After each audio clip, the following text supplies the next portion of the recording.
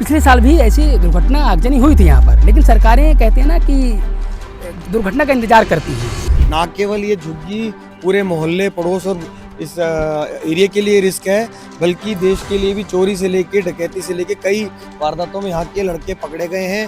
वो जमानत पर आने के बाद गायब भी हो गए हैं और अभी तक भी केस चल रहे हैं। रात को अगर होता तो मर जाते लोग, कहाँ भागते रात को, तो पता ही नहीं चलता।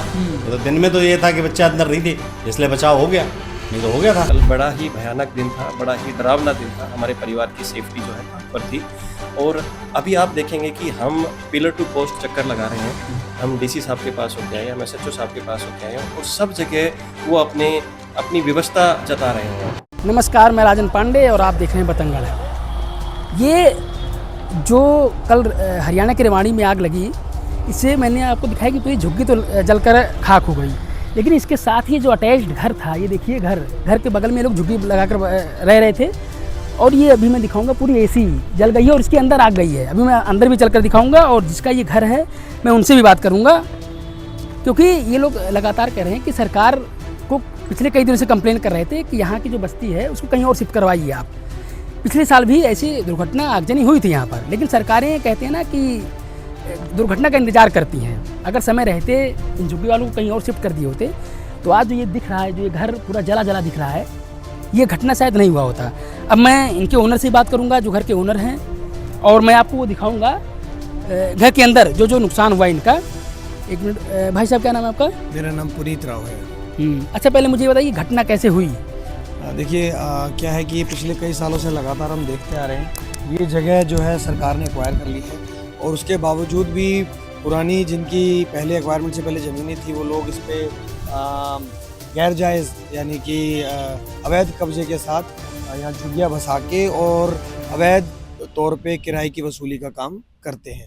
तो ये ही लोग इनको ला के बसाने वाले हैं और यहाँ के 90% से ज़्यादा, मैं 100% भी कह सकता हूँ, रोहिंग्या मुसलमान हैं जो यहाँ के देश के नागरिक नहीं हैं। ना केवल ये झुग्गी पूरे मोहल्ले पड़ोस और इस एरिया के लिए रिस्क है, बल्कि देश के लिए भी। चोरी से लेके डकैती से लेके कई वारदातों में यहाँ के लड़के पकड़े गए हैं।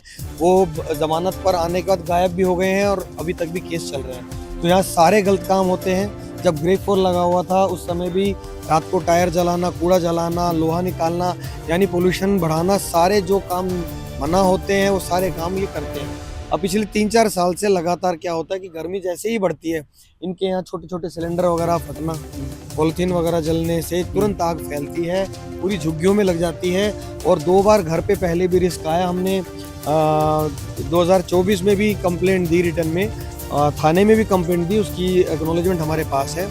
और हमने प्रशासन को बार बार कोशिश की ये बताएं कि इतने बड़े रिहायशी इलाके के बीचों बीच इन झुग्गियों का होना बारूद के ढेर को अपने बीच में बसाने जैसा है।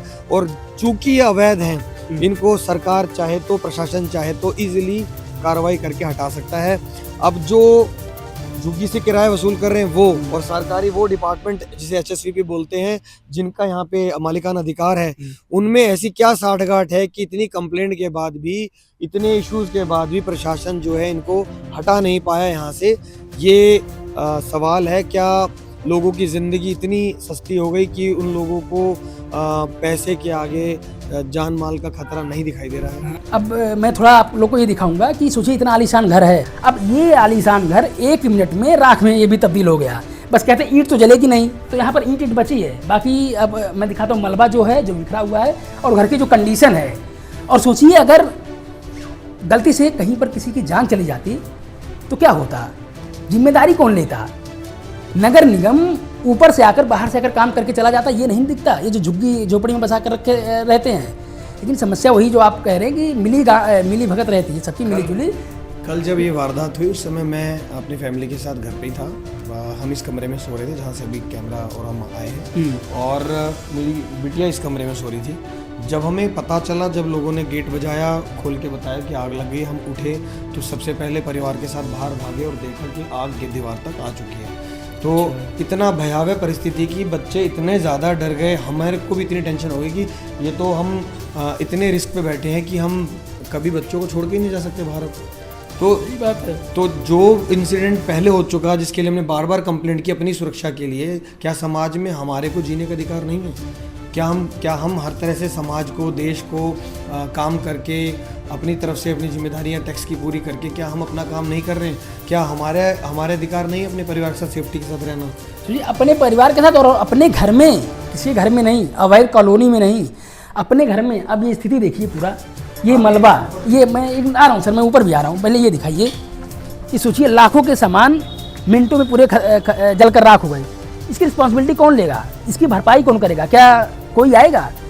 मैं बार बार कह रहा हूँ सर, क्योंकि इसका दोषारोपण किसी और को मैं नहीं दे सकता। इस समय सरकार में जो है, सरकार पिछली सरकारें क्या की, किसको बसाई किसको रखी, वो अलग की बात है, वो अलग की शब्दावली हो जाएगी। आज किसकी सरकार है, ये बड़ा प्रश्न है और ये प्रश्न उठना चाहिए, लाजमी है। ये देखिए, अब तो लाइट तो यहाँ की जल नहीं सकती। इधर आओ, पहले दिखाता हूँ। जो बदबू आ रहा है, ये जस्ट उस झुग्गी के पीछे का मकान, ये एरिया है। ये बेड देखिए, बेड पूरा राख हो गया है। ये अब तो मैं आपको एक बार सर, आप थोड़ा लाइट अगर ऑन कर पाइए, लाइट ऑन करके एक बार दिखा दीजिए कि दिखाइए, ये देख रहे हैं पूरा, ये सब जल गया, पूरा ऊपर बताओ, सीलिंग जल गया, मेल्ट हो गया, एसी मेल्ट हो गया पूरा यहाँ अंदर, बताओ, पूरी वॉल की पैनलिंग, ये दिखाओ, ये देखिए, कुशनिंग जल चुकी है, ये देख रहे हैं, ये दिखाओ पूरा सही से। ये सारा जल गया पूरा। अब इसकी रिस्पॉन्सिबिलिटी कौन लेगा? नगर निगम इसके लिए आएगा, रिस्पॉन्सिबिलिटी लेगा, या नायब सिंह सैनी साहब लेंगे? अगर ये हादसा रात को होता, हाँ, अगर ये हादसा रात को 12 बजे होता तो हम अपने परिवार के बारे में क्या ही सुरक्षा कदम ले पाते हैं। हम इतना ही जानते कि सुबह सुबह और लोगों को हमारे नहीं होने की खबर मिलती, हम सोते रह जाते। इतना भयंकर धुआं था यहाँ पे, इतना भयंकर धुआं था, ये जानने के बाद भी आग का धुआं बाहर से इसमें आ रहा है अंदर। हम अंदर आ नहीं पाए गेट खोलने के लिए या किसी भी काम के लिए कि बचाव कार्य में राहत मिल पाए। इतना ज़्यादा धुआं था कि हम उस कमरे गेट से ही वापस बाहर हो जा रहे थे, अंदर नहीं आ पाए। ये तो बाहर में शीशे तोड़ के यहाँ से थोड़ा पानी मार के आग को और कमरों में फैलने से रोका गया। अच्छा, अब मुझे ये बताइए, मैं सीधा क्वेश्चन आपसे करूंगा कि क्या सरकार का कोई भी आदमी, कोई अधिकारी, कर्मचारी आप लोगों से कुछ पूछने आया कि कितना नुकसान हुआ, कैसे घटना हुई, कुछ पूछने आया? ईमानदारी से आप बोलिएगा, कोई दिक्कत नहीं है। अभी तक तो कोई नहीं आया। हम खुद आज सुबह हमारे अड़ोस पड़ोस से काफ़ी लोग इकट्ठा हुए, हमने ज्ञापन डीसी सर को दिया है अभी जाके, रिक्वेस्ट कंप्लेंट दोनों डीसी सर को देकर आए हैं पर्सनली जाके। और हमने कोशिश की है, कल शाम को ही हम मोल टाउन थाना में गए थे, लेकिन अभी तक एफआईआर दर्ज नहीं हुई है उस व्यक्ति के खिलाफ जिस व्यक्ति ने यहाँ पे किराया वसूलने का काम कर रखा है। ऐसे 2-3 व्यक्ति हैं। ये है, आप एफआईआर कैसे दर्ज करेंगे? अगर आप एफआईआर दर्ज करेंगे तो आपको तफ्तीश करनी पड़ेगी, और सबसे बड़ी चीज़ कि आपके अधिकारी ही नपेंगे इसमें, क्योंकि अधिकारियों की मिली भगत के बिना ये इतनी बड़ी कॉलोनी नहीं बसाई जा सकती। मैं बार बार ये कह रहा हूँ कि अगर कॉलोनी अवैध है तो इनको हटाइए, और वैध है तो इनको कहीं और जगह दीजिए। इस तरीके से झुग्गी झोपड़ी में किसी और की जान को खतरे में डालने की जिम्मेदारी कौन देगा? नायब सिंह सैनी साहब, बहुत उम्मीद से आपको जनता चुनी है, बहुत उम्मीदें आपसे होती हैं। अगर पूरा परिवार कुछ हो जाता तो इसकी जिम्मेदारी कौन लेता? कौन इसकी रिस्पॉन्सिबिलिटी लेता? छोटे छोटे बच्चे हैं, यहाँ पर सोए थे घर में, अगर कुछ और हो गया होता, रात की घटना होती जो बता रहे हैं भाई साहब, तो क्या करें सर? अगर रात को होता तो हो जाता, मर जाता आदमी। सोचिए, रात को अगर होता तो मर जाते लोग, कहाँ भागते रात को, तो पता ही नहीं चलता। ये तो दिन में तो ये था कि बच्चे अंदर नहीं थे, इसलिए बचाव हो गया, नहीं तो हो गया था। तो अभी तक आप लोगों के पास कोई अधिकारी नहीं आए पूछने कि क्या नुकसान हुआ, क्या नहीं हुआ? अभी तक कोई नहीं, अभी किसी ने पूछा ही नहीं क्या हुआ क्या नहीं, किसी को यही नहीं है। एफआईआर कराने गया तो वो एफआईआर भी नहीं करने को तैयार। और क्या बोल रहे हैं एफआईआर करवाने जब गए आप लोग? वो कहते जी इसमें हमारे पास कोई धारा ही नहीं कि इस धारा में हम करें इसको। आप HSVP पे जाइए, डीसी ऑफिस जाइए, इनके पास जाइए, उनके यही पास। समस्या, इस प्रशासनिक भवन से उस प्रशासनिक भवन, उस प्रशासनिक भवन से उस प्रशासनिक भवन, मतलब आप दौड़ते और रहिए और अभी भी पूरा वहां तक इन्होंने ऑक्यूपाइड कर रखा है, और इसे किराया लेते हैं प्राइवेट लोग। हाँ, यही चीज़ है, क्योंकि अब दो चीज़ इसमें होती है, प्राइवेट लोग किराया लेते हैं और वो प्राइवेट लोग किराया आला अफसर को पहुंचाते हैं। ये भी चीज़ समझने वाली होगी, तभी ये रखे गए हैं बिना सालगांठ के। सालों तक बार हादसे होने हाँ, के बाद कोई चीज़ नहीं टिक सकती जब तक कि कोई खास साठ-गांठ नहीं ना है। हो। हाँ, अब ये कौन अधिकारी ले रहे हैं, कौन सबकी जान को रिस्क में डालने के लिए तैयार है, कौन इस सरकार को बदनाम कर रहे हैं अपनी कमाई के लिए, ये तफ्तीश और छानबीन का विषय है। और बिना, मैं दरख्वास्त करूंगा आपके चैनल के माध्यम से मुख्यमंत्री श्री नायब सिंह सैनी जी से कि सर जितनी साफ आपकी छवि है, अगर नीचे के अधिकारी, अगर नीचे के कुछ लोग, अगर किसी पर्टिकुलर डिपार्टमेंट के कोई बंदे ऐसे किसी एक व्यक्ति, 2 व्यक्ति के साथ मिलके जो है ये वसूली का काम कर रहे हैं, तो उन पर सख्त से सख्त कार्रवाई होनी चाहिए। सर, अब क्योंकि आप वकील हैं और क्योंकि आप भी बगल में रहते हैं, तो थोड़ा मुझे एक बार इसकी वो बताइए कि कब से ये लोग रह रहे हैं और कब से आप कंप्लेन किए, लेकिन आप लोगों की बात नहीं सुनी गई। करीब करीब 10-15 साल पहले की बातें हैं। ये जो पीछे की आप अभी देख के आए हैं इलाका, ये एक्वायर कर ली गई थी हरियाणा शहरी विकास प्राधिकरण, जिसको कि HUDA Haryana urban development authority के नाम से भी जाना जाता है।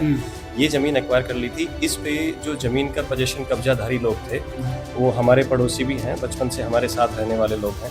और कहीं वजह आती हैं, यही वजह आती है जो हमें बैकफुट पे लेके जाती हैं कि अड़ोस पड़ोस की जो सौहार्द है वो बना रहे, जिसकी वजह से हमने कार्रवाई कभी भी ना की।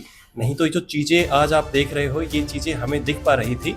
करीब यूँ लगा लो पिछले 5-7 साल में 3-4 बार ये हादसे हो चुके हैं कंटिन्यूस। और आपको बताएं 18 मार्च 2024 को यही हादसा हुआ था। हमने छत पे खड़े होकर आग बुझाई थी, लेकिन बस फ़र्क सिर्फ इतना था कि हमारे घर के अंदर जो आप ये देख रहे हैं उसका इम्पैक्ट इस स्तर पे नहीं आया था। तब भी हमने पुलिस कार्रवाई के लिए एप्लीकेशन दी थी और डीसी को भी ज्ञापन दिया था।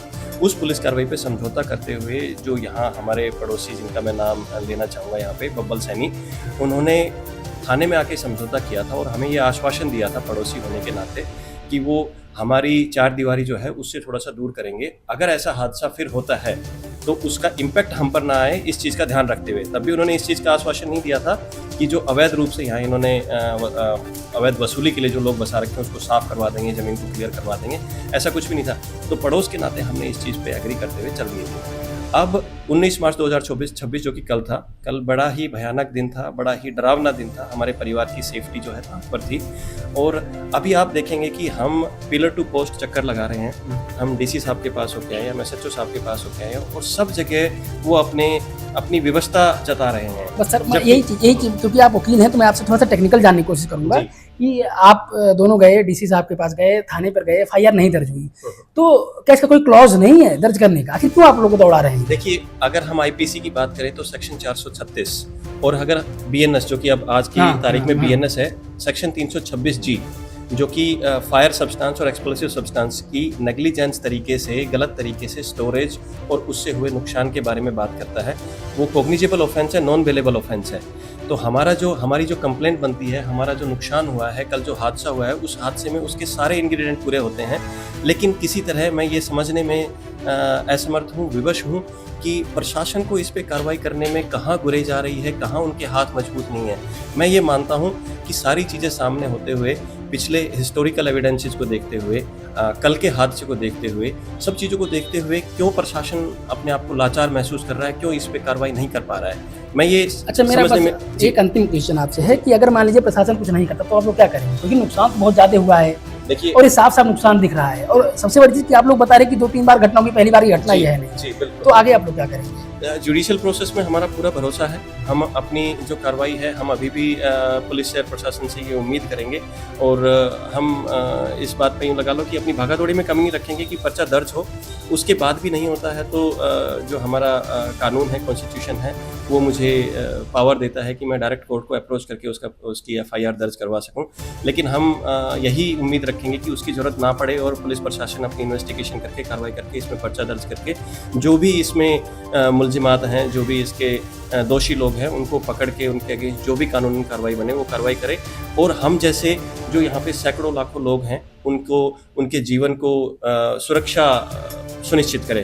क्योंकि हम पारिवारिक लोग हैं, हम कामकाजी लोग हैं, हम काम के लिए निकलते हैं। पीछे से हमें ये निश्चिंतता रहनी चाहिए कि हमारे बच्चे हमारे पीछे सेफ रहेंगे, स्वस्थ रहेंगे।